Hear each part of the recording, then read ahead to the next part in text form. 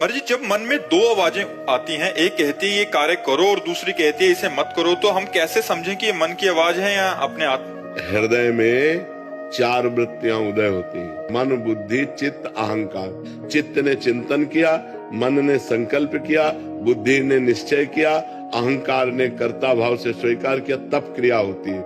अब बुद्धि अकेले निर्णय नहीं कर सकती, बुद्धि में विवेक होना चाहिए, और विवेक सत्संग से प्राप्त होता है। बिन सत्संग विवेक न होई, और राम कृपा बिनु सुलभ न सोई। बुद्धि तो सबके पास है पर विवेक नहीं। छोटे छोटे बच्चों में बड़ी तीव्र बुद्धि है पर विवेक नहीं।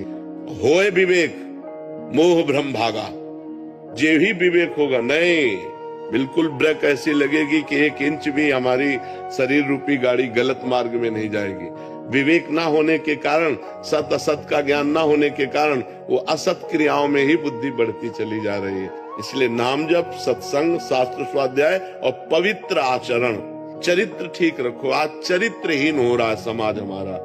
बच्चे बच्चियां, बॉयफ्रेंड गर्लफ्रेंड, ये सब चरित्रहीनता हमारे राष्ट्र के लिए बहुत हानिकारक। अब ये ऐसे अपवित्र आचरण विदेशों में भले होते हो, हमारे देश की ये मर्यादा नहीं है। जैसा अब आचरण हो रहे हैं, सुधार किया जाए, नहीं तो जितना गलत करोगे तुम्हारा मन ही तुम्हें दुख देगा और डिप्रेशन में पहुंचा देगा। कोई दंड दे न दे, तुम्हारा मन ही फाइट करने के लिए कहने लगेगा, तुम्हारा मन ही तुमको दंड देगा। इसलिए बहुत होश में तो नाम जप करो, सत्संग सुनो, शास्त्र स्वाध्याय करो, और जो गंदे आचरण जानते हैं कि ये गंदा आचरण है उसका त्याग करो। तब तुम्हारी बुद्धि शुद्ध हो जाएगी।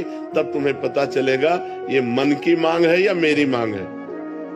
जो मन की मांग असत है उसे छोड़ दो, और जो अच्छी बात कह रहा है उसकी बात मान लो। इसकी क्षमता चाहिए।